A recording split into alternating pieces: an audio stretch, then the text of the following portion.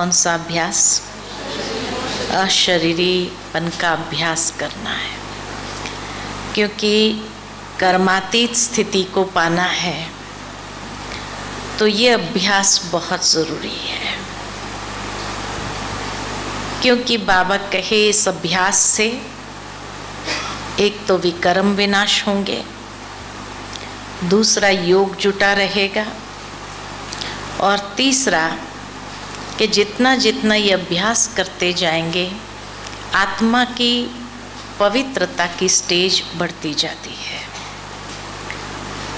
और इसीलिए बाबा कहे तुम बच्चों को जितना हो सके ये अभ्यास करना है। कर्मातीत स्थिति जब कहते हैं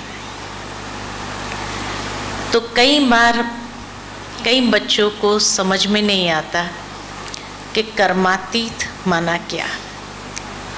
तो कर्मातीत की जो डेफिनेशन है, उसकी परिभाषा जो है, कई लोग सोचते हैं कर्म से अतीत हो जाना।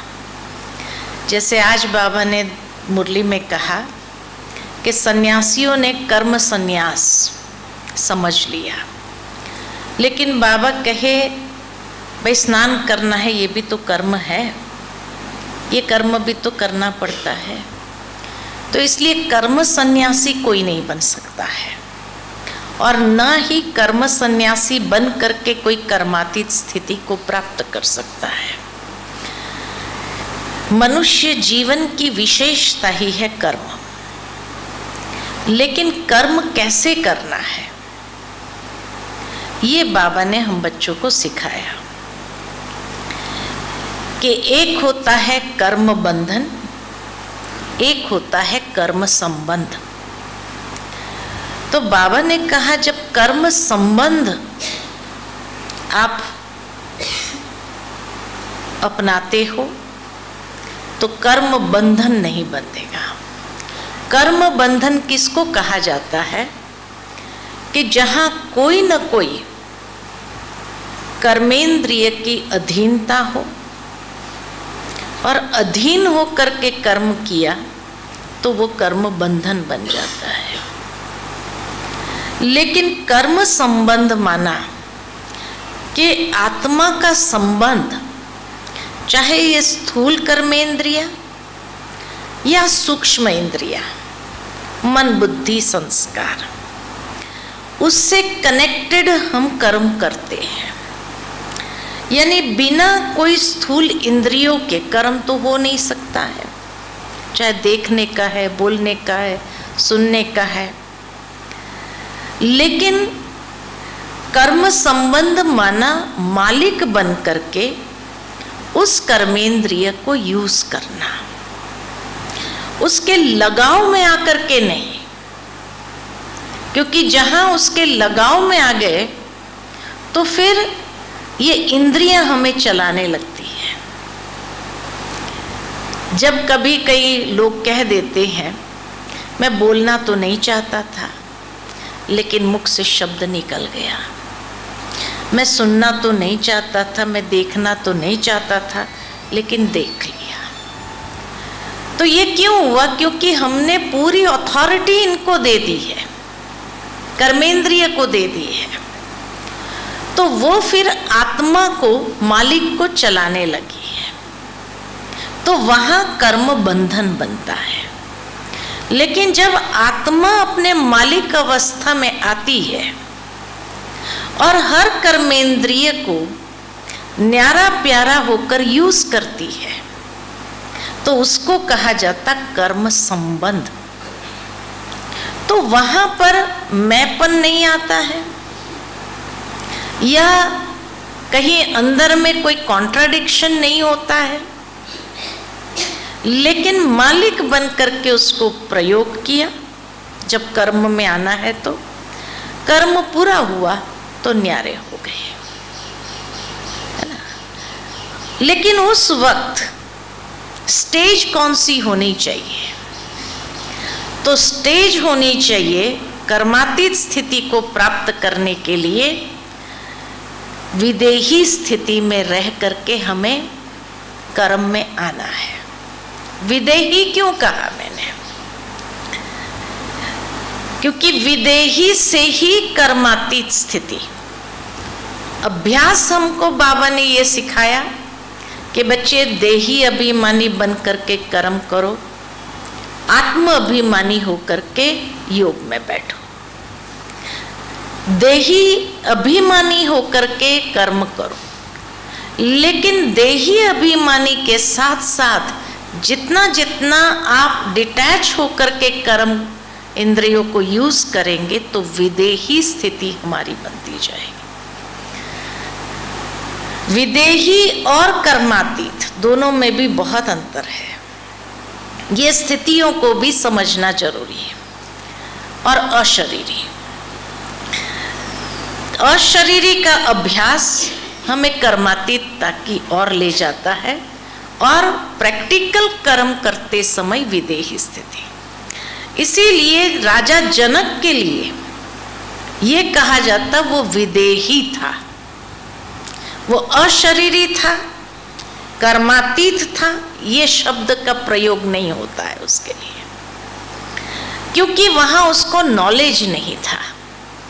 खाली इतना नॉलेज था कि मैं आत्मा मालिक हूं और मुझे ये कर्मेंद्रिय के द्वारा कर्म करना है, उसको यूज करना है मालिक बन करके। तो विदेही था। और जो इस तरह विदेही बनता है वो कर्मातीत बनता है।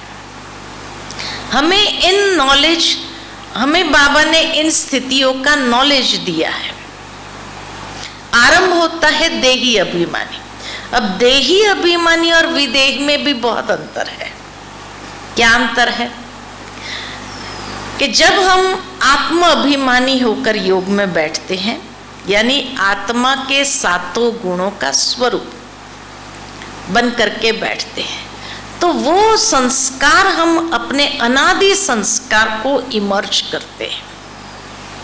फिर जब कर्म में आते हैं और देही अभिमानी होकर के, तो वो आत्मा के सातों गुणों का जो रस है, सातों गुणों की जो शक्ति है, वो प्रवाह हमारी इंद्रियों के द्वारा उस कर्म में प्रैक्टिकल आता है। जैसे कि शांत चित्त होकर के कर्म करते हैं। प्रेम से आप किसी से बात कर रहे हैं तो प्रेम स्वरूप होकर के बात करते हैं। शांति, प्रेम, खुशी, है ना। जहां वो सातों गुणों की ऊर्जा जैसे हमारे व्यवहार में प्रवाहित हो रही है, उसको कहा जाता देही अभिमानी स्थिति। तो जो आत्म अभिमानी बनकर के हमने जमा किया, वो देही अभिमानी बनकर के कर्म में यूज करते हैं। वो कर्म करते हैं सातों गुणों की शक्तियों का प्रवाह जब कर्म में जाए। लेकिन विदेही जब बन करके करते हैं तो उस समय मैं आत्मा एकदम मालिक अवस्था में आकर के हर कर्मेंद्रिय का प्रयोग करती हूँ। देही अभिमानी में क्या होता है, क्योंकि अभी अभ्यास में है तो कभी कभी मिक्स भी हो जाता, देही से देह अभिमान में स्विच ओवर हो जाता है तो पता भी नहीं चलता है। लेकिन जितना ये अभ्यास ज्यादा करते जाएंगे उतना ही कर्मेंद्रिय से धीरे धीरे न्यारा होना, मालिक बन करके उसको यूज किया, उसके प्रभाव में ना आकर के न्यारे रहे, इसको कहते हैं विदेही। ये अंतर है। उसमें स्विच ओवर देह अभिमान में नहीं होते हैं। देही में अभी तो शुरू का अभ्यास है तो कभी देह अभिमान में आ जाते हैं, पता ही नहीं चलता है। लेकिन विदेही माना एक ऐसी प्रैक्टिस हो गई जहां कांस्टेंट अटेंशन, मैं आत्मा मालिक बन करके हर इंद्रियों को यूज कर रही हूं। जैसे राजा जनक के लिए पूछा गया, जब उसको पूछा किसी सन्यासी ने आकर के कि मैंने सब कुछ सन्यास कर दिया, छोड़ दिया,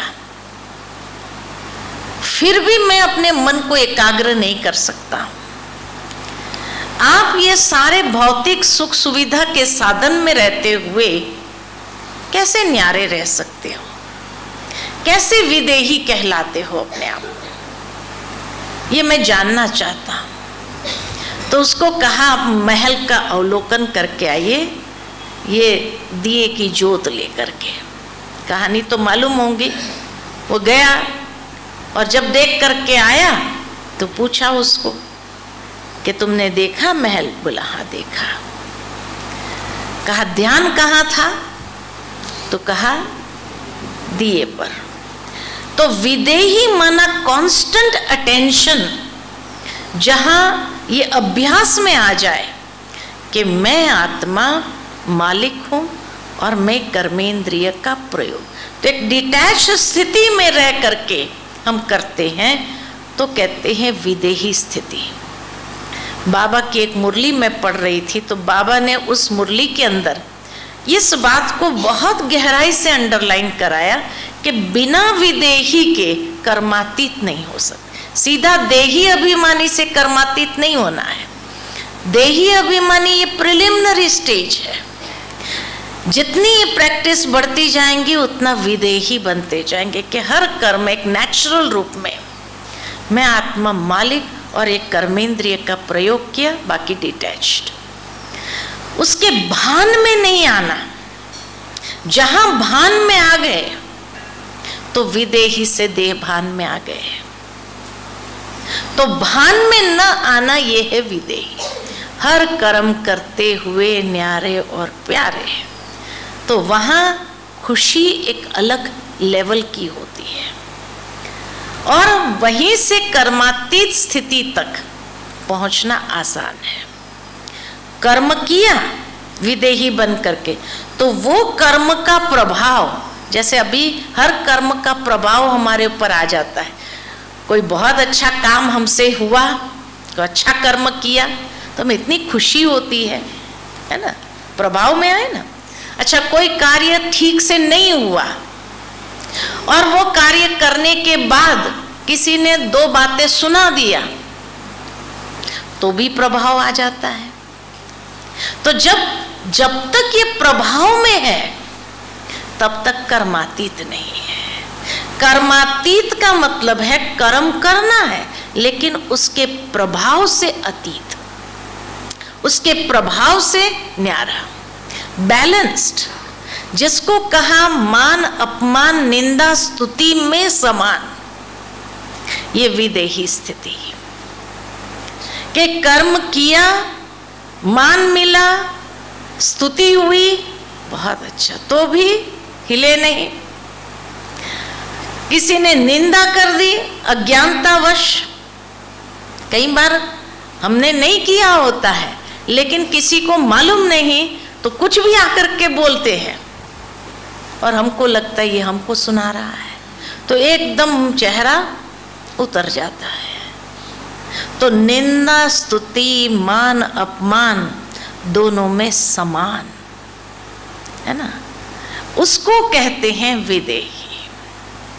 इतना डिटैच्ड रहना ये है कर्मातीत स्थिति।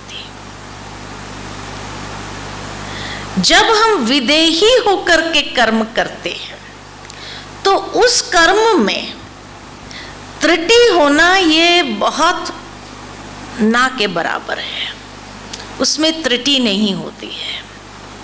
देहभान में किया है, त्रुटि होना स्वाभाविक है ना। और इसीलिए जब हम कोई चीज विदेही स्थिति में करते हैं, हमसे तो कोई त्रुटि नहीं हुई, परफेक्ट हुआ, लेकिन मान लो कि हमारे बाद कोई आकर के उसको करेक्शन कर लेता है और उसमें त्रुटि आ गई। अब इसीलिए देखने वाले ने यही देखा था कि आप कर रहे थे, उन्होंने वो बाद वाले फेज को देखा नहीं। आप कर रहे थे स्टार्टिंग से, आप में कोई त्रुटि नहीं थी, बाद में जो आया उसने कोई करेक्शन करके त्रुटि वाला करके चले गए, अब सुनना आपको पड़ा, तो तुरंत चेहरा उतर के ये तो हमने किया ही नहीं है ना, ये हमको क्यों सुना रहे हैं। लेकिन बाबा कहे उससे भी न्यारे हो जाओ, तो सामने वाला जो बोलने वाला है उसको भी महसूस होगा कि शायद मैं ठीक नहीं बोल रहा हूं। आपकी स्टेज उसको रियलाइज कराएगी। तो इसीलिए विदेही स्थिति, माना अगर कोई बोल रहा है तो भी डिटैच्ड होकर के, चलो मेरे काम का नहीं है, मैंने नहीं किया, कोई बात नहीं। अगर काम का है तो ले लो आगे के लिए अटेंशन, कि आगे मैं भी कोई मिसअंडरस्टैंडिंग में आकर ऐसा कर्म न करूं, तो उसमें बैलेंस्ड, तो वो चीज हमारे ऊपर प्रभाव नहीं डालती है। इसलिए कहा कर्मातीत, माना उस कर्म के बाद उसका जो प्रभाव है उससे मैं डिटैच्ड हूं, न्यारी हूं। और न्यारे रहेंगे तो एकदम कर्मातीत स्थिति क्या होती है उसका अनुभव यहां ही करेंगे। दूसरी बात है, तो देह की कर्मेंद्रिय के संबंध में आके कर्म किया, फिर न्यारा हो गया। दूसरा हमारा संबंध किससे है? देहधारियों से है। पहला तो इंद्रियों से है, दूसरा संबंध हमारा देहधारियों से है, दैहिक संबंधों से है। उन दैहिक संबंधों में भी वो लगाव में आकर के कर्म नहीं करना, उससे भी डिटैच्ड। जैसे कई बार कई लोग कहते भाई इसके बिना नहीं हो सकता है, ये काम करना है तो ये व्यक्ति तो जरूरी है, ये व्यक्ति होना ही चाहिए तभी होगा, ये नहीं होगा तो जैसे हम लोग जैसे अनाथ महसूस कर ले, ऐसा नहीं। बाबा कहते हैं देह के संबंध जो भी है बहुत अच्छा, कि वो अगर है साथ में कर लिया आपने, बहुत अच्छा। लेकिन अगर वो दैहिक संबंध जो है वो नहीं भी है तो भी इतना परफेक्ट वो कार्य होगा क्योंकि हम विदेही स्थिति में स्थित होकर के कर। जहां बाबा का साथ लिया तो बाबा का साथ लेने से क्या होगा? सहजता से वो कर्म कम समय और जल्दी और क्वालिटी वाला होगा। जैसे आज बाबा ने वरदान में बहुत अच्छी बात कही कि कोई व्यक्ति सोचने में 2-4 मिनट लगाता है और फिर डिसीजन लेता है, लेकिन आप सेकंड में। तो जहां हम अपने खजाने को सेव करते हैं, बचाते हैं, वृद्धि करते हैं, यूज भी करना है, लेकिन यूज करने के बाद भी हम उसकी सेविंग करते हैं, व्यर्थ नहीं गंवाते हैं। तो देह के संबंध में हो, देह के साधनों सुविधाओं के बीच में हो, लेकिन साधन सुविधा के बीच में होते हुए भी वो साधन के लगाव में आकर के कार्य नहीं करें, उस साधन से भी डिटैच्ड। क्योंकि आज की दुनिया के अंदर साधन ऐसे हो गए हैं कि उस साधन के बिना चलता ही नहीं है ना। टाइम कम पड़ता है ना, सभी को टाइम नहीं है लोगों के पास, इसलिए हर चीज के लिए मशीन निकालो, ये करो, खाना बनाना है मिक्सी निकालो जल्दी, वो भाई 2 मिनट लगेगा कूटने में। पहले के ज़माने के लोग क्या 2 मिनट लगेगा, क्यों मशीन खराब कर रहे हो, फिर धुलाई करना उतना ही टाइम जाएगा। कहते नहीं, मशीन निकालो। हर चीज के लिए हम अधीन हो गए हैं। लेकिन बाबा ने बताया है कि आने वाले समय में पावर फेलियर ही होना है, तो सारे साधन होने के बाद भी चलना है। नहीं चलना है तो क्या होगा? अपाहिज हो जाएंगे, लाचार हो जाएंगे। तो ये जो व्यक्ति अंदर में लाचार फील करे वो कर्मातीत कैसे बनेगा? इसीलिए हमारी तैयारी, अभ्यास इस प्रकार का होना चाहिए जो ये साधनों की अधीनता भी न हो, संबंधों की अधीनता भी न हो, उससे भी डिटैच्ड, न्यारा। और जितना उससे भी न्यारा और डिटैच होकर के आप चलेंगे उतना हल्के रहेंगे। जहां कोई न कोई अधीनता आई, ये साधनों की भी अधीनता आई, तो क्या हो जाएगा? हाँ? बेचैनी होगी, तड़प होगी, संकल्प कितने वेस्टेज जाएंगे। मोबाइल है, मोबाइल नहीं चल रहा है, डिस्चार्ज है, तो जिस दिन चार्ज नहीं किया, डिस्चार्ज रहा, उस दिन सारा दिन कैसी हालत होती है? अनुभव है ना, कैसी हालत होती है? तो देख लो अपने आप में, क्या उस साधन के बिना मैं बेचैन हो रही हूं, या ये सोचे आज बहुत अच्छा है, साइलेंस का दिन मिला है, अशरीरीपन का अभ्यास करें। क्या करना चाहिए? ये देखो अपनी स्टेज, अपनी परख कि मेरी स्थिति कहाँ तक है। ये साधन मुझे बेचैन कर रहे हैं, अगर नहीं है तो, या मैं अंदर समझती हूँ ये भी ड्रामा कल्याणकारी है। कौन सा विचार आता है?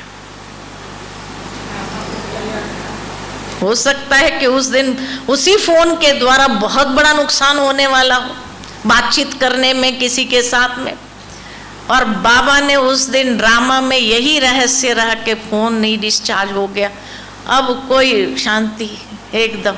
तो साइलेंस का, शरीरीपन का अनुभव किया, इसमें भी कल्याण है ये सोचा, या मैं बेचैन हो गई सारा दिन, अरे फोन नहीं है, फोन नहीं, फोन नहीं, फोन नहीं, इधर ढूंढो, इसको ढूंढो, अच्छा फोन भी नहीं है, नंबर भी याद नहीं है, अभी नंबर भी उसमें है, किसी का फोन मिल भी जाए तो कैसे लगाए? क्या है बेचैनी? क्या है आपकी?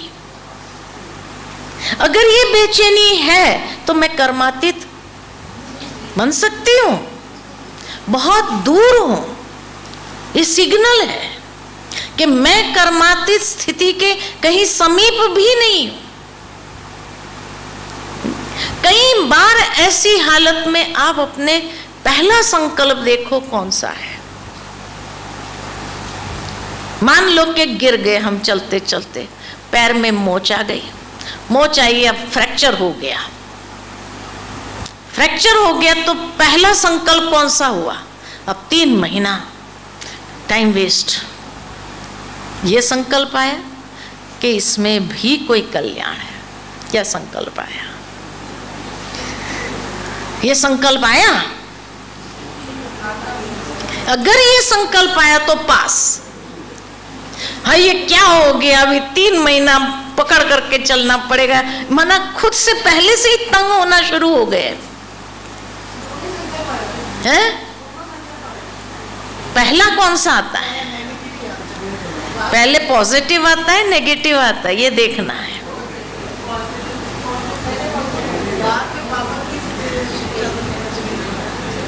तो कर्मातीत स्थिति माना, बाबा ने कहा हर अकल्याण में भी कल्याण को देखना, हर प्रकार के नेगेटिव सिचुएशन में भी पॉजिटिविटी को देखना, तो आप कभी भी हलचल में भी अचल रह सकते, तब कर्मातीत स्टेज तक पहुंच सकते हैं।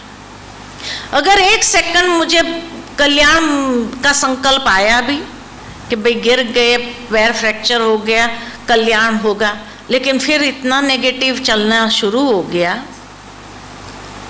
तो इसको नहीं कहेंगे। इसका मतलब कि वो ज्ञान बुद्धि तक है, दिमाग तक है, दिल तक उतरा नहीं है।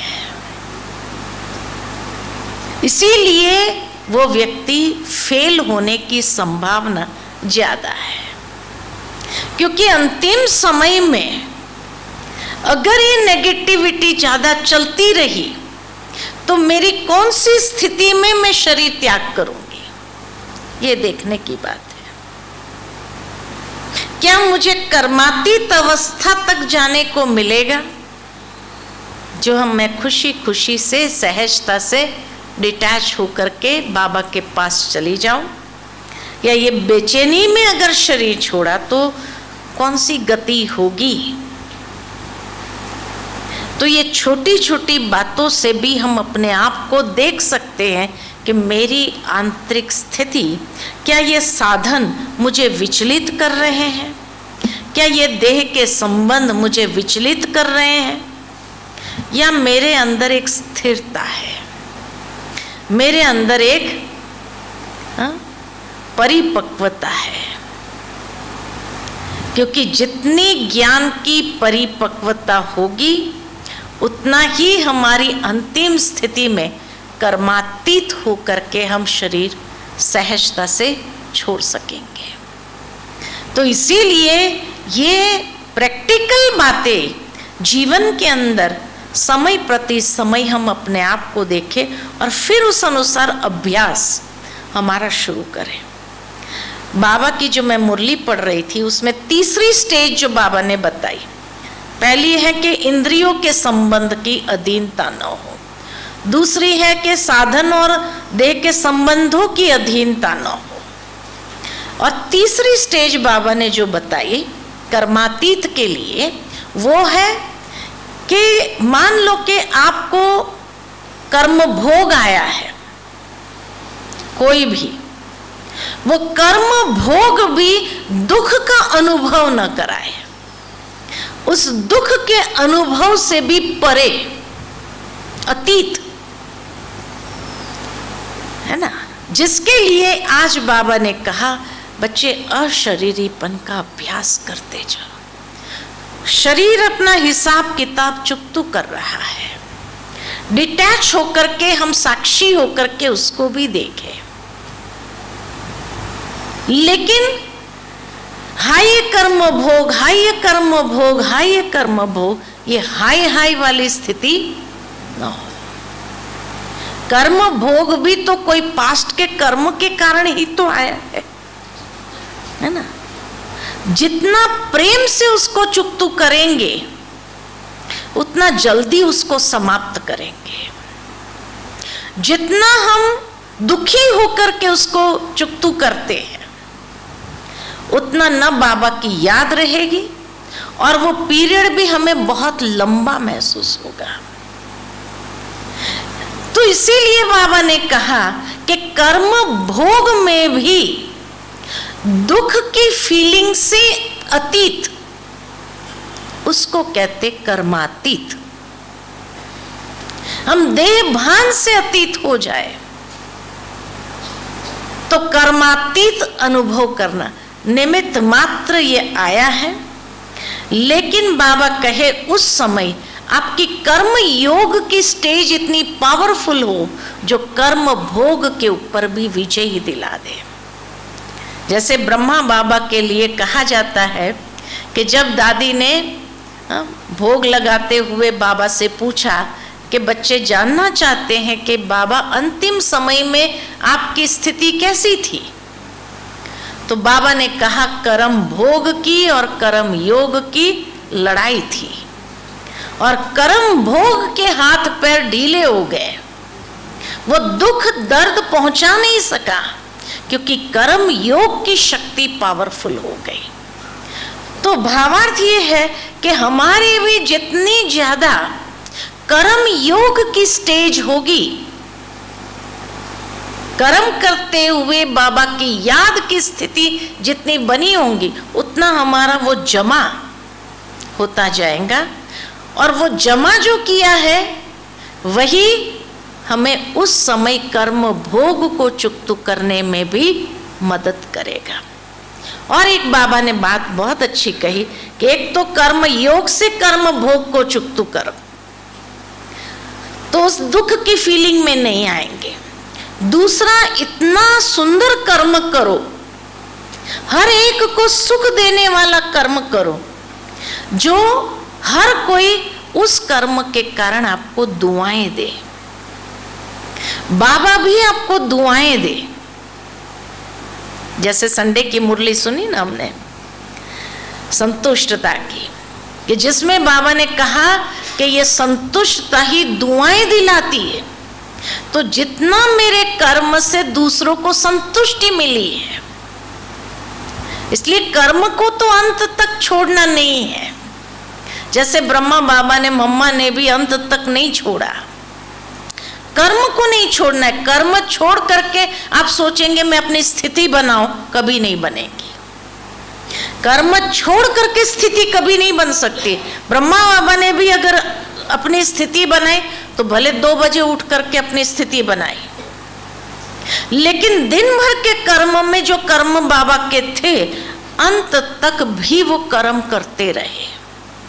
मम्मा को भी भाई 24 जून को जिस दिन शरीर छोड़ा, शाम को 5 बजे, तो बाबा ने सुबह 12 बजे तक तो अंगूर बंटवाए।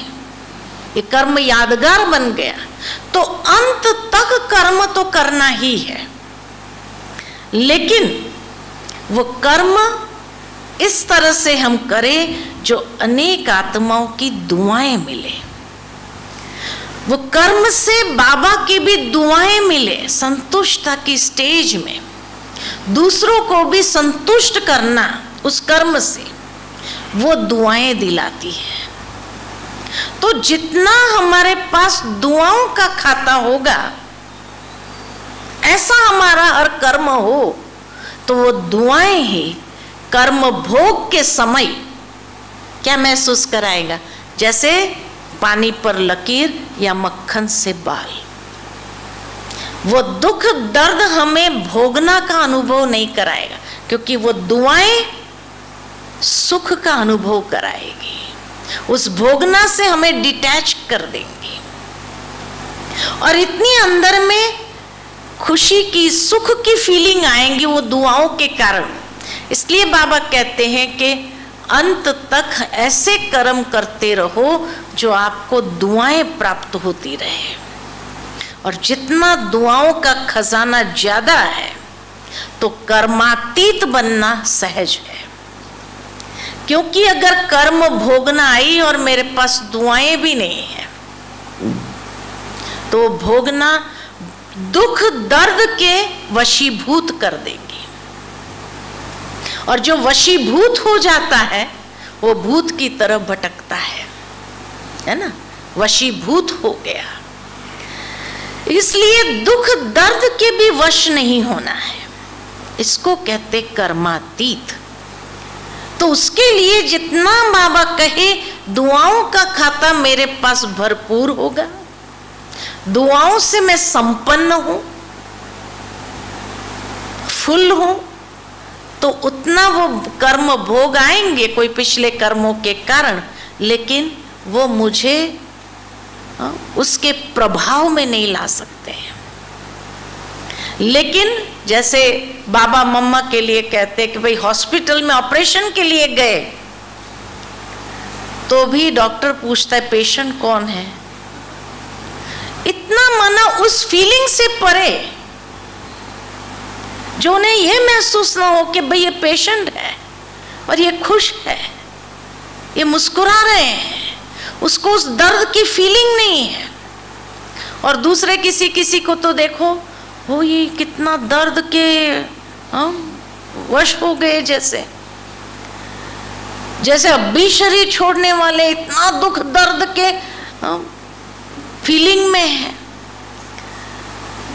तो इसीलिए जब ये भी एक बहुत बड़ी सेवा है कि जब डॉक्टर आकर के देखते थे कि भाई वो आपस में बात कर रहे हैं, तो कहा पेशेंट कौन है।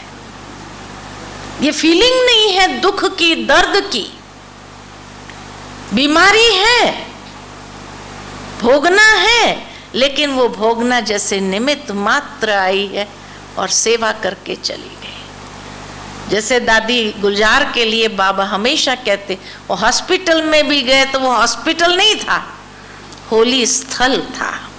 होली स्थल जहां से अनेक आत्माओं की सेवा हुई, बड़े बड़े डॉक्टरों की सेवा हुई। तो निमित्त मात्र वो भोगना, लेकिन भोगना का प्रभाव चेहरे पर नहीं था। चेहरे चलन में कहीं पर भी वो प्रभाव नहीं दिखाई देता था।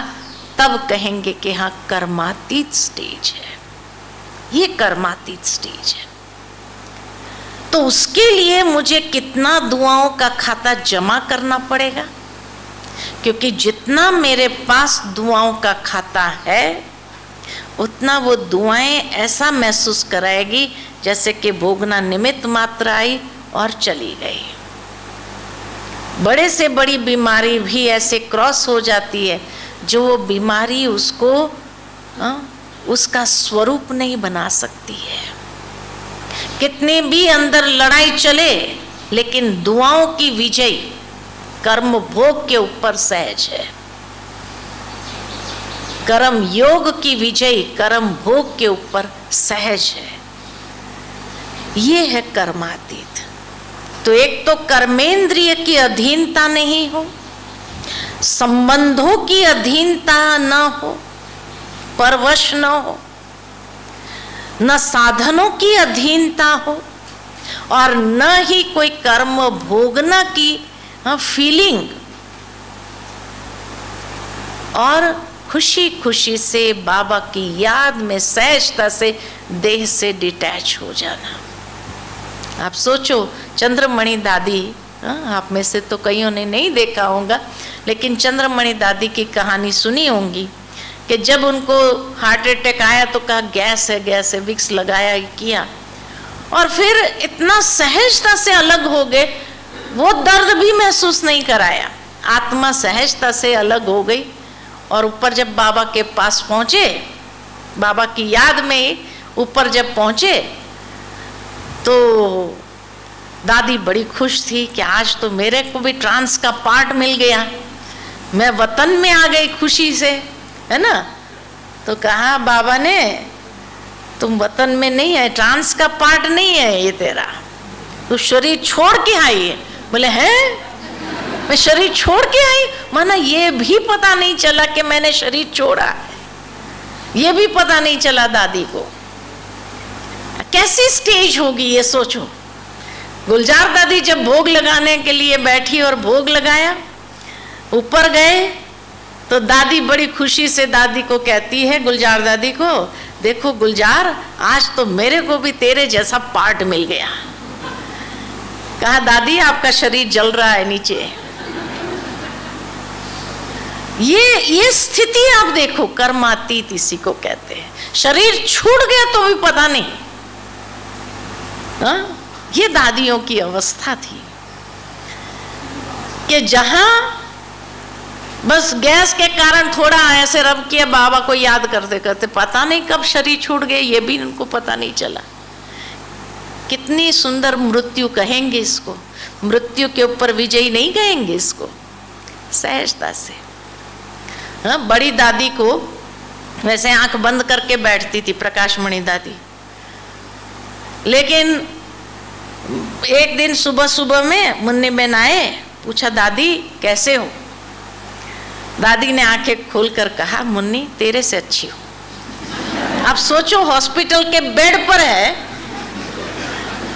शरीर छोड़ने से 1 हफ्ता 10 दिन पहले मैं भी सुबह सुबह थी वहां पर, और दादी ने अचानक आंख खोलकर कहा, मुन्नी तेरे से अच्छी हूं। कौन कह सकता है ये?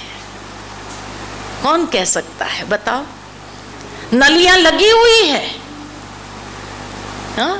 नलियां लगी है, लेकिन जब ये कहे तो इसका मतलब वो नलियां भी दादी को फील नहीं करा रही थी, दुख दर्द की भोगना की फीलिंग नहीं थी।